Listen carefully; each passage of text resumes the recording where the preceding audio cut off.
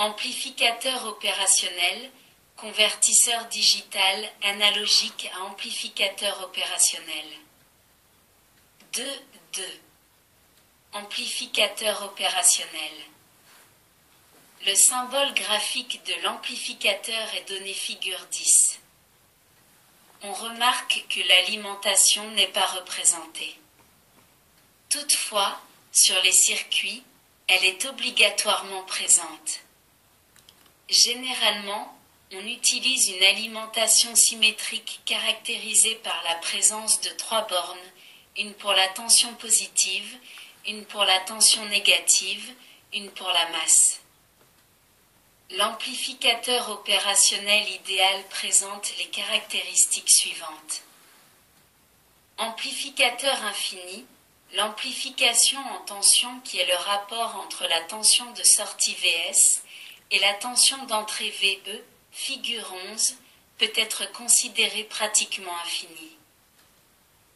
Impédance d'entrée infinie, avec une impédance d'entrée infinie, l'amplificateur ne représente pas une charge pour le circuit précédent, autrement dit, il n'absorbe aucun courant. Impédance de sortie nulle, avec une impédance de sortie idéale nulle, l'amplificateur opérationnel peut fournir tout le courant requis par la charge, sans influence sur la tension de sortie. Tension de sortie nulle pour une tension d'entrée nulle. Dans ce cas, on dit que l'offset est nul. Offset est un terme anglais utilisé pour indiquer le décalage du point de repos par rapport au zéro. Avec l'amplificateur opérationnel, il suffit d'une tension d'entrée extrêmement faible pour porter la tension de sortie à une valeur très élevée, très proche de la tension d'alimentation. Dans la plupart des cas, il est nécessaire de diminuer le gain de l'ensemble en ajoutant quelques composants. À titre d'exemple, nous allons considérer le montage indiqué figure 12. Dans ce circuit, on a ajouté 2 résistances R1 et R2. R2 assure une contre-réaction entre la sortie et l'entrée inverseuse de l'amplificateur opérationnel. Dans l'amplificateur idéal, l'impédance d'entrée est infinie, donc le courant d'entrée est nul. Le courant d'entrée IE correspond également à la somme des courants traversant R1 et R2. I1 plus I2 égale IE égale 0. On en déduit que I2 égale moins I1. Les courants I2 et I1 peuvent également s'exprimer de la façon suivante. Comme le courant d'entrée est nul, on peut considérer que la tension VE aux bornes de l'impédance d'entrée l'est également. L'équation précédente devient. On en déduit donc que l'amplification A du montage est égale au rapport des résistances R2 et R1 et ne dépend plus de l'amplification de l'amplificateur opérationnel. Cette dernière a été considérée infinie. En réalité, elle ne l'est pas, mais sa valeur est tellement élevée, plus de 10 puissance 5, que l'on peut appliquer la formule Vs divisé par VE égale moins R2 divisé par R1 en toute tranquillité. Le signe moins placé devant le rapport des résistances R1 et R2 indique que la tension de sortie Vs est de signe opposé ou en opposition de phase avec VE. Une autre utilisation de l'amplificateur opérationnel est illustrée figure 13. La tension d'entrée VE est appliquée directement à la borne plus, entrée non inverseuse. Le réseau de réactions identiques au circuit précédent est constitué par les résistances R1 et R2. Dans ce type de configuration, la formule qui exprime la tension de sortie est 3. Convertisseur digital analogique à amplificateur opérationnel.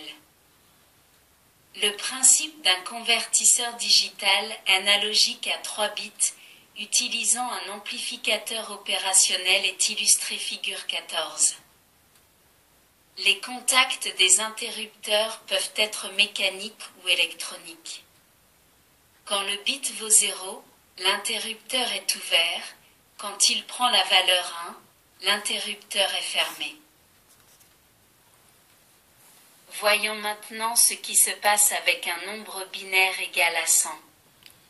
Le premier contact est fermé, les deux autres sont ouverts, comme indiqué figure 15.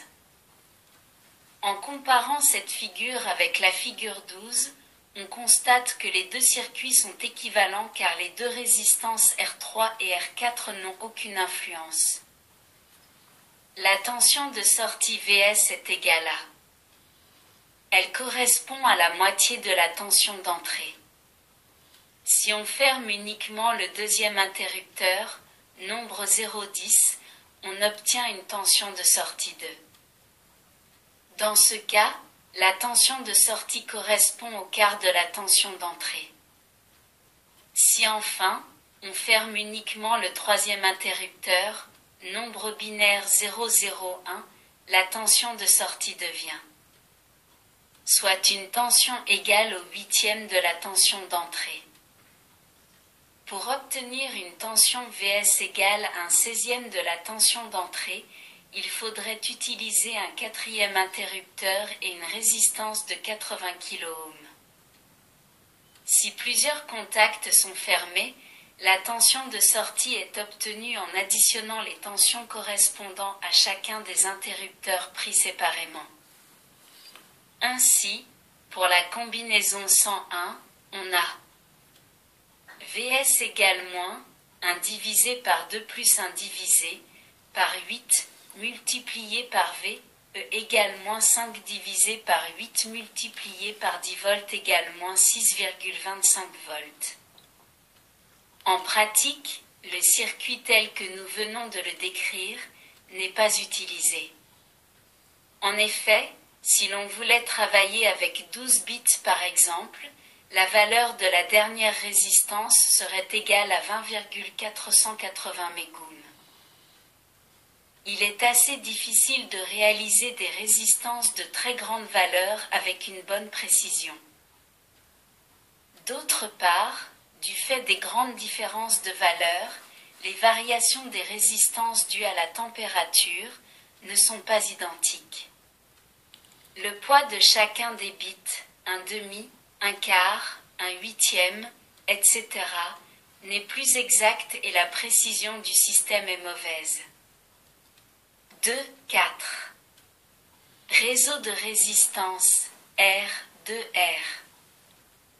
La solution adoptée pour surmonter les problèmes créés par des résistances de valeurs trop différentes est représentée figure 16.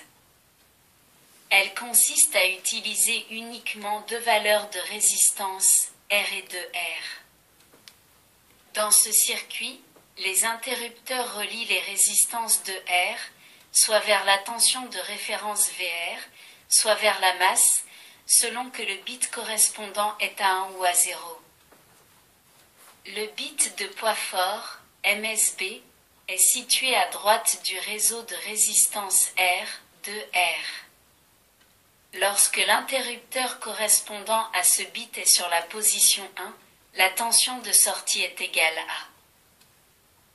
Avec les calculs traditionnels sur les ponts diviseurs de tension, qui ne sont pas effectués ici, on démontre que le poids de chacun des bits est de 1/2, 1/4, 1/8, etc. Si le bit 2 est par exemple 1, le circuit devient celui indiqué figure 17. La résistance de R, correspondant au bit MSB, n'a aucune influence, car elle est connectée entre la masse et l'entrée de l'amplificateur opérationnel qui constitue une masse virtuelle, potentielle très proche de 0 volts. Le réseau de résistance situé à gauche du trait en pointillé peut se résumer à celui indiqué figure 18a. D'après le théorème de Thevenin, le réseau situé entre le point A et la masse peut être remplacé par un circuit constitué d'un générateur en série avec une résistance équivalente REC. Le générateur a comme tension la valeur mesurée à vide entre le point A et la masse. Ici, on obtient VR divisé par 2 puisque le point A est relié au milieu de la chaîne de résistance connectée aux bornes de la tension VR. La résistance équivalente REC est égale à la résistance vue entre le point A et la masse lorsque l'on remplace le générateur de tension VR par un court-circuit. On obtient ici deux résistances de 2R en parallèle, soit REC égale R. Finalement, le montage des figures 17 et 18A se résume à celui de la figure 18B. À l'aide de cette figure 18B, simplifiée, on constate que la tension de sortie est égale à. Le poids du bit numéro 2 est donc de 1/4 de VR. Une solution intermédiaire entre le réseau de résistance de la figure 14 et celui de la figure 16 est représentée figure 19. Dans ce circuit, on utilise deux groupes de résistance dont chacune est le double de la précédente. Entre les deux groupes de résistance, on insère une résistance de valeur appropriée de façon à provoquer soit une atténuation de 1/16 si l'on effectue une conversion en binaire pur, soit une atténuation de 1/10 si l'on travaille en code BCD. 2.5. Convertisseur DA à circuit intégré. Les convertisseurs DA sont actuellement disponibles sous forme de circuits intégrés. Les convertisseurs ainsi réalisés atteignent une précision de l'ordre de 0,05% à 0,0125%. Sur le marché, on rencontre plusieurs types de convertisseurs DA intégrés. Le plus simple est représenté figure 20. On reconnaît le réseau de résistance R, 2R et les 10 interrupteurs qui, bien entendu, sont réalisés avec des transistors à effet de champ. Un autre circuit plus complexe est représenté figure 21. Ce convertisseur utilise un réseau de résistance R, 2R, dont chaque branche est alimentée par un générateur de courant, 1 mA, un demi-milliampère, un quart milliampère, un huitième milliampère, etc. Dans les deux cas, l'utilisateur doit ajouter l'amplificateur opérationnel, qui n'est pas incorporé dans le boîtier. Le choix de l'amplificateur sera en fonction de la vitesse de commutation requise.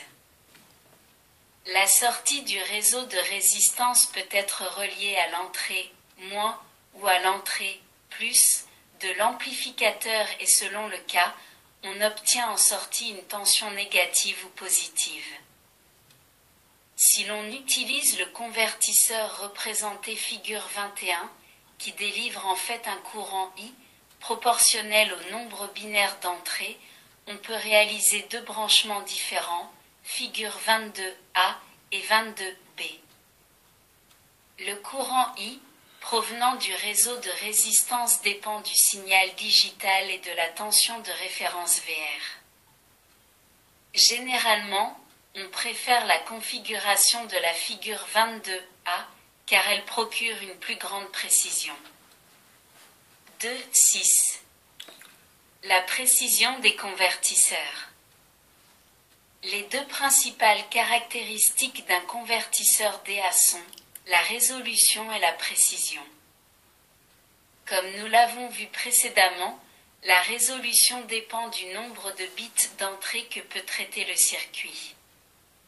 Ce nombre détermine en combien d'échelons peut être divisée la tension de référence VR.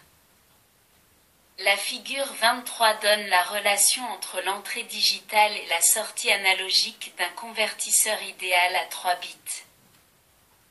La résolution de ce circuit correspond à l'accroissement de la tension analogique de sortie, provoquée par l'augmentation d'une unité du nombre binaire d'entrée.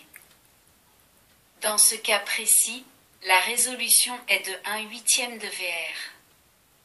Pour un circuit à 4 bits, elle serait de 1/16 de VR. À chaque combinaison binaire d'entrée correspond une tension de sortie.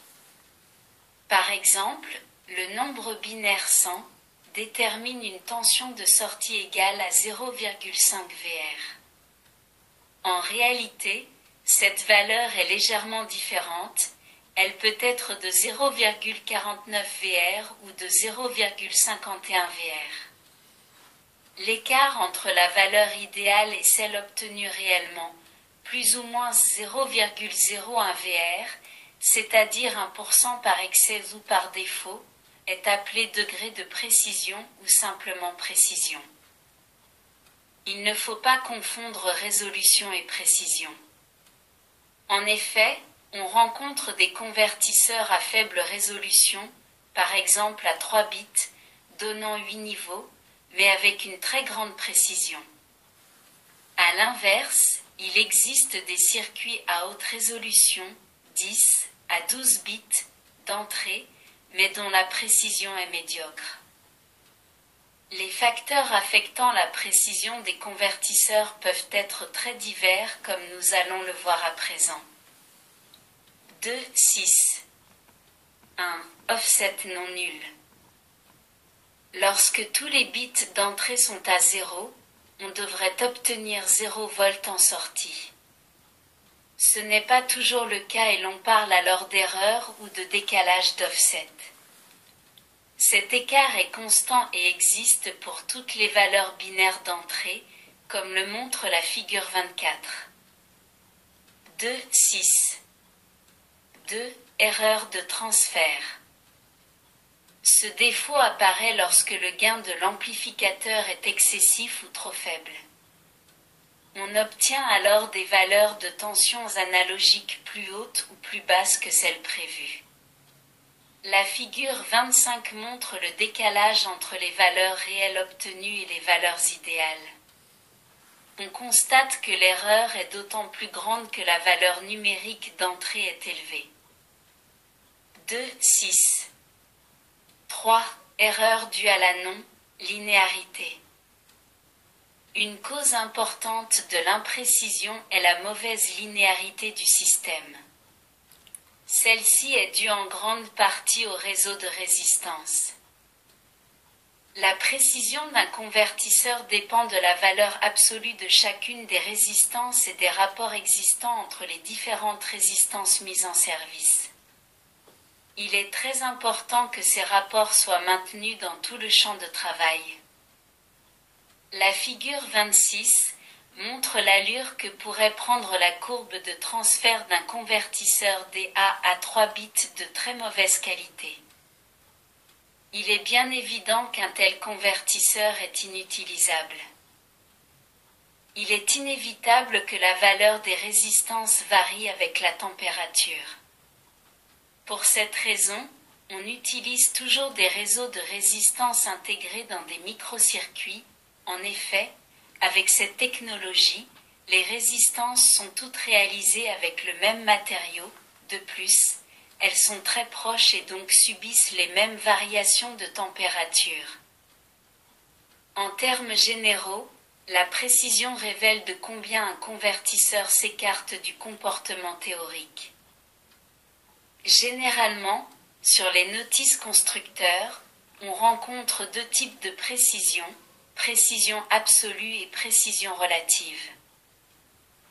La précision absolue est l'écart entre la sortie analogique que l'on désire quand on applique un code binaire en entrée et la sortie réellement obtenue. Pour corriger cet écart, on peut intervenir sur le gain de l'amplificateur opérationnel ou sur la tension de référence VR.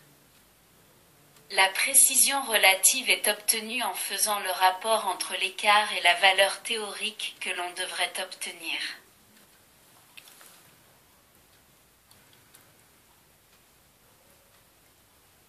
Merci de votre écoute. À bientôt.